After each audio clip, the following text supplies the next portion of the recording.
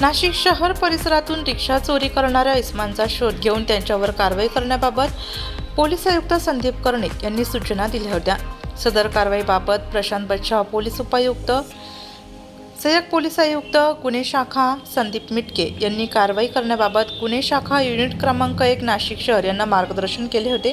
त्यानुसार गुन्हे शाखा युनिट क्रमांक 1 कडील पोलीस अधिकारी व अंमलदार हे रिक्षा चोरीच्या गुन्ह्यातील आरोपी यांचा शोध घेत असताना पोलीस हवालदार विशाल काटे यांना रिक्षा चोरी करणारा इसम भारतनगर परिसरामध्ये फिरत असल्याची गुप्त माहिती मिळाल्याने वरिष्ठ पोलीस निरीक्षक मधुकर कड यांच्या मार्गदर्शनानुसार सहाय्यक पोलीस निरीक्षक हेमंत तोडकर, पोलीस उपनिरीक्षक चेतन श्रीवंत, पोलीस हवालदार देविदास ठाकरे, रोहिदास लिलके, पोलीस अंमलदार विलास चारोस्कर, समाधान पवार आदींचे पथक तयार करून त्यांनी रिक्षा चोरी करणाऱ्या इसमांचा शोध घेतला असता इसम नामे रामनाथ भाऊराव गोळेसर, वय 40 वर्ष, व्यवसाय रिक्षा चालक, राहणार Viraj colony, Canada corner, Nashik हा त्यांच्या ताब्यातील चोरीच्या रिक्षांसह मिळून आला।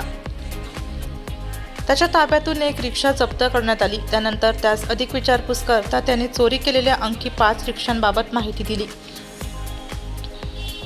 त्याच्या ताब्यातून एकूण 6,25,000 रुपये किमतीचे एकूण 6 रिक्षा जप्त करण्यात आल्या आहेत। सदर चोरी करण्याबाबत मुंब्रा पोलीस ठाणे, शिवाजीनगर पोलीस ठाणे, कळवा पोलीस ठाणे आदी ठिकाणी गुन्हा दाखल करण्यात आले। उर्वरित 3 रिक्षांबाबत तपास चालू आहेत। सदर आरोपी जप्त मुद्देमालासह पुढील कारवाई कामी शिवाजीनगर पोलीस स्टेशन, अंबरनाथ, ठाणे शहर येथे हजर करण्यात आले।